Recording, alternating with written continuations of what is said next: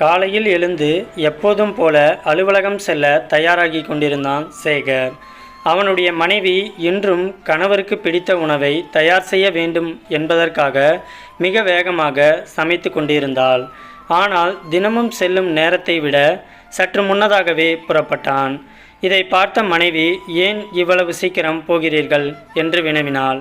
அலுவலகத்தில் கொஞ்சம் வேலை இருப்பதாக சொல்லிக்கொண்டே கிளம்பினான்.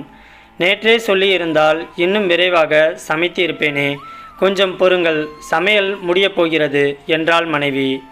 எல்லாம் உன்னிடம் சொல்லிக்கொண்டே இருக்க வேண்டுமா? எனக்கு 1000 பிரச்சனை இருக்கிறது. ஒரு நாள் சாப்பிடாமல் போனால் ஒன்றும் செத்துவிட மாட்டேன். போய் நீ நன்றாக சாப்பிடு என சொல்லிவிட்டு விரிட்டென்று வாகனத்தை எடுத்து சென்றான். மனைவி ஏதும் சொல்லாமல் உள்ளே சென்று சமையலை முடித்து இறக்கி வைத்துவிட்டு தானும் சாப்பிடாமல் துணிகளை துவைக்க சென்று விட்டாள். சேகர் ஒரு தபால் அலுவலகத்தில் வேலை செய்கிறான். அவனுடைய மனைவி வீட்டில்தான் இருக்கிறாள். இருவரும் காதலித்து திருமணம் செய்து கொண்டவர்கள். வீட்டில் பெற்றோர்கள் சம்மதம் கிடைக்கவில்லை.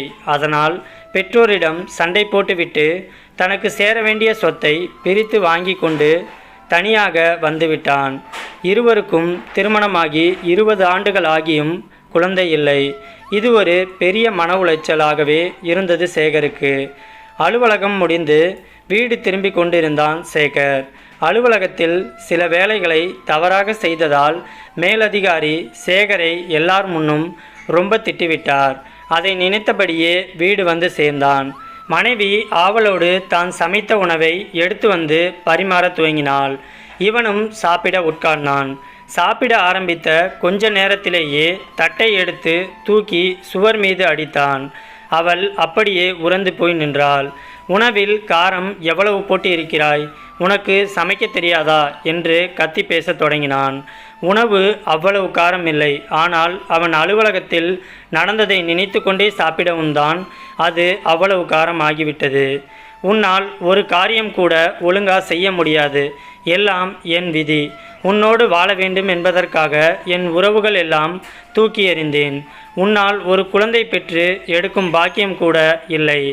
உன்னை திருமணம் செய்து கொள்ளாமலேயே இருந்து இருக்கலாம். என் பெற்றோர் பேச்சை அப்பொழுதே கேட்டு இருக்கலாம். உன்னால் தான் என் வாழ்க்கை இப்படி இருளாக மாறிவிட்டது. அலுவலகத்திலும் இவ்வளவு ஆண்டு வேலை செய்து உனக்குத்தானே கொட்டுகிறேன். என்ன பண்ணுவது? காதலித்து விட்டேன் அல்லவா? இன்னும் நிறைய சம்பாதித்து கொட்டுகிறேன். நன்றாக கொட்டிக்கொள் என அடுக்கிக் கொண்டே போனான். அரை கதவை வேகமாக மூடிவிட்டு உள்ளே சென்று விட்டான். மனைவி கண்கலங்கியபடி தானும் எல்லோரையும் விட்டுதானே வந்தேன் என மனதில் நினைத்து கொண்டே கண்ணீர் தரையில் விழுந்தபடி வீட்டை சுத்தம் செய்து கொண்டு இருந்தாள்.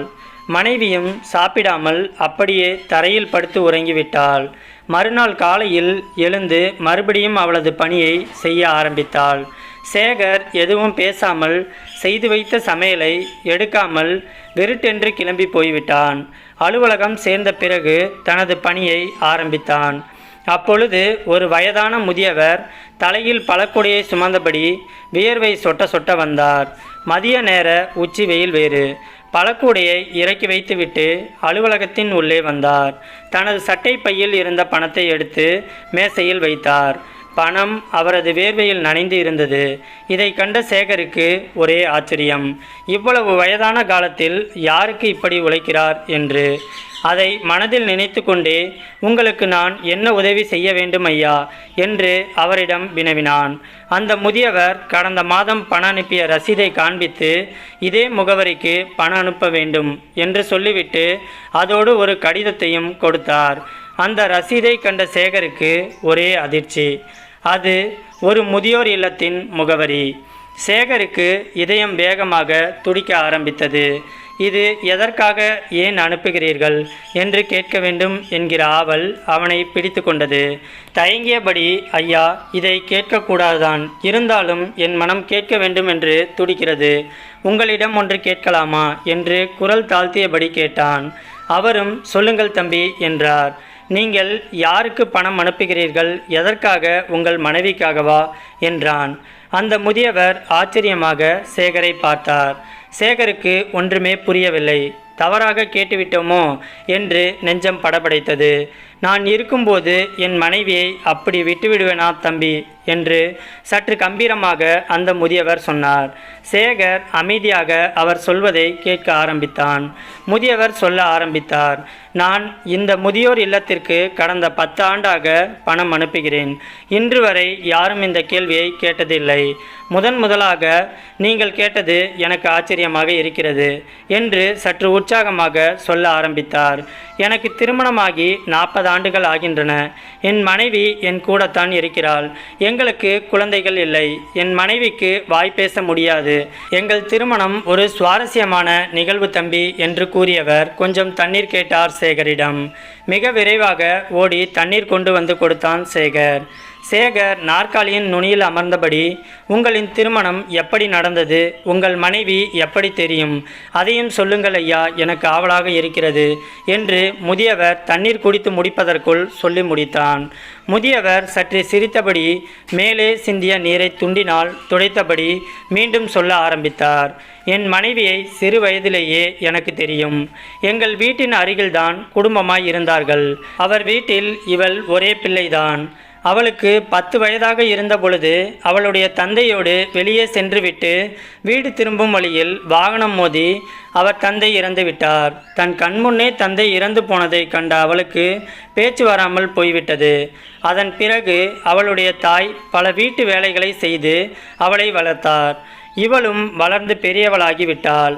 அவளுடைய குறையை பார்த்த யாருக்கும் அவளின் அன்பு தெரியவில்லை.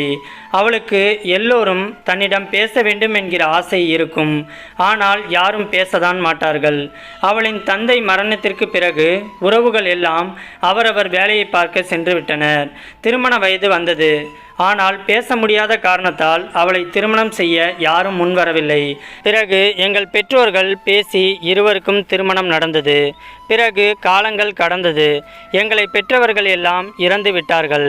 எங்களுக்கு வயதாகிவிட்டது. ஆனால் என் மனைவி ஒரு குழந்தை மாதிரி தம்பி என்று சொன்னவர் குரலில் ஒரு தடுமாற்றம். கையில் வைத்திருந்த துண்டை எடுத்து கண்களை லேசாக துடைத்தார். சேகரின் உள்ளத்தில் ஏதோ ஒன்று குத்த ஆரம்பித்தது. தன்னை நிதானித்து கொண்டு மீண்டும் சொல்ல ஆரம்பித்தார். அவளுக்கு உலகமே நான் மட்டும்தான். என்னை தவிர வேறு யாரையும் தெரியாது. ஒருமுறை நான் உடல் நலம் பாதிக்கப்பட்டு படுத்த படுக்கையாக இருந்தேன். வேலைக்கு செல்லாமல் கையில் பணம் வேறு இல்லை. அப்பொழுது மருந்து வாங்க வேண்டும் என்பதற்காக அவள் அம்மா நினைவாக வைத்திருந்த ஒரு தங்க குண்டுமணியை எனக்காக கடையில் விற்றுவிட்டாள். பிறகு அந்த பணத்தை கொண்டு மருத்துவரிடம் சென்று என் கணவனை எப்படியாவது காப்பாற்றுங்கள் என்று வாய்ப்பேச முடியாத நிலையிலும் செய்கையை காண்பித்து மருத்துவரிடம் கெஞ்சி புழுவாக துடித்து போய்விட்டாள். பிறகு நான் குணமாகி என் வேலையை செய்ய ஆரம்பித்தேன் என்று தன்னை திடப்படுத்தி கொண்டு மீண்டும் தொடர்ந்தார். அப்பொழுதுதான் எனக்கு ஒரு சிந்தனை வந்தது. எனக்கு முன்பு அவள் இறந்துவிட்டால் பரவாயில்லை. கடைசி வரை அவளை பார்த்து கொண்ட மனநிறைவு இருக்கும். ஆனால் அவளுக்கு முன்பே எனக்கு இறப்பு வந்தால் என் மனைவியின் நிலை என்ன என்று அதற்கு தான் இந்த பணம். ஒவ்வொரு மாதமும் ஒரு தொகையை அனுப்பிவிடுவேன். அதில் பாதி அந்த முதியோர் இல்லத்தில் கணவர் இல்லாமல் இருக்கும் மற்றவருக்கும், மீதி பாதி தொகையை என் மனைவிக்காக சேர்த்து வைத்து கொண்டு வருகிறேன். அந்த பணத்தோடு ஒரு கடிதம் கொடுத்தேன் அல்லவா, அதை திறந்து படித்து பாருங்கள் தம்பி என்றார். சேகர் நெஞ்சில் ஒரு உறுத்தல். கைகள் நடுங்கியபடி கடிதத்தை பிரித்து பார்த்தான். அவன் கண்கள் இரண்டும் கலங்கியபடி இருந்தது. அதில் நானும் என் மனைவியும் நலமாக உள்ளோம். இந்த மாதம் என்னால் இயன்ற தொகை அனுப்பியுள்ளேன்.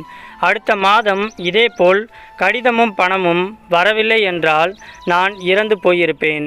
நீங்கள் வந்து என் மனைவியை அழைத்து சென்று பத்திரமாக குழந்தை போல் கடைசி வரை பார்த்து கொள்ளுங்கள். இதுவே என் கடைசி ஆசை. இதை படித்த சேகருக்கு நெஞ்சில் பாரம் கூடியது. கை கால் நடுங்க ஆரம்பித்தது. கலங்கிய கண்களோடு அந்த முதியவரை பார்த்தான். சரி தம்பி, எனக்கு நேரமாகிவிட்டது, அதை அனுப்பிவிடுங்கள். ஒரு உதவி செய்ய வேண்டும் என்றார் அந்த முதியவர். என்ன செய்ய வேண்டும் ஐயா என ஆவலோடு கேட்டான். வெளியில் நான் வியாபாரம் செய்யும் பழக்கூடை இருக்கிறது. அந்த பழக்கூடையை கொஞ்சம் தூக்கிவிட முடியுமா என்றார். நெஞ்சில் ஒரு பெரிய பாரத்தோடு அவன் அமர்ந்திருந்த அலுவலக கூண்டை விட்டு வெளியே வந்தான். வெளியே வந்து பார்த்த சேகருக்கு பெரிய அதிர்ச்சி. அந்த முதியவருக்கு இடது கை இல்லை. இவ்வளவு நேரம் அவருக்கு கையில்லாததை சேகர் கவனிக்கவே இல்லை. அவ்வளவு ஆர்வமாக அவர் சொன்னதை மட்டும்தான் பார்த்து கொண்டிருந்தான். கண்கள் கலங்கியபடி அந்த கூடையை தூக்கி அவர் தலையில் மீது வைத்தான். அது கொஞ்சம் சுமை அதிகமாகவே இருந்தது. மனைவி மீது இவ்வளவு அன்பு வைத்து இருக்கிறீர்கள். உங்களுக்கு ஒரு குழந்தையும் கொஞ்சம் சொத்தும் இருந்தால் இன்னும் எவ்வளவு நன்றாக இருக்கும். நீங்கள் உங்கள் மனைவிக்காக இவ்வளவு கஷ்டப்பட தேவையில்லையே என்று குரலில் ஒரு நடுக்கத்தோடு சொன்னான். இதை கேட்ட முதியவர் சற்று சத்தமாய் சிரித்தார். என் மனைவி நம்பி வந்தது என்னை தான், சொத்தையோ அல்லது பிள்ளையோ இல்லை. அவளுக்காக சுமக்கின்ற இந்த சுமையும் ஒரு சுகமே என்று சொல்லிக்கொண்டே உச்சி வெயிலில் உற்சாகமாக பழக்கூடையை தலையில் வைத்தபடி ஒரு கையால் பிடித்து கொண்டு நடக்க ஆரம்பித்தார் அந்த முதியவர். சேகரின் கண்களில் கலங்கி நின்ற நீர் பெருந்துளியாய் தரையில் விழுந்தது. தரையில் விழுந்தது கண்ணீர் துளி மட்டுமல்ல, அவனின் சுபாவம்தான். வறுமையில் கணவனை நேசிக்கும் பெண்ணும் முதுமையில் மனைவியை நேசிக்கும் ஆணும் தான் உலகில் ஆகச்சிறந்த காதல் ஜோடிகள். கொண்டு செல்ல ஒன்றுமில்லை இவ்வுலகில், கொடுத்து செல்வோம் உண்மையான அன்பை என்றும் என்பதே இக்கதையின் உண்மையான ஓமையாகும்.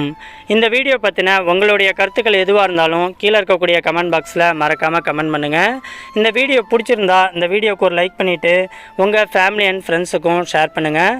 மறக்காமல் நம்ம சேனலை சப்ஸ்கிரைப் பண்ணிக்கோங்க. தேங்க்ஸ் ஃபார் வாட்சிங்.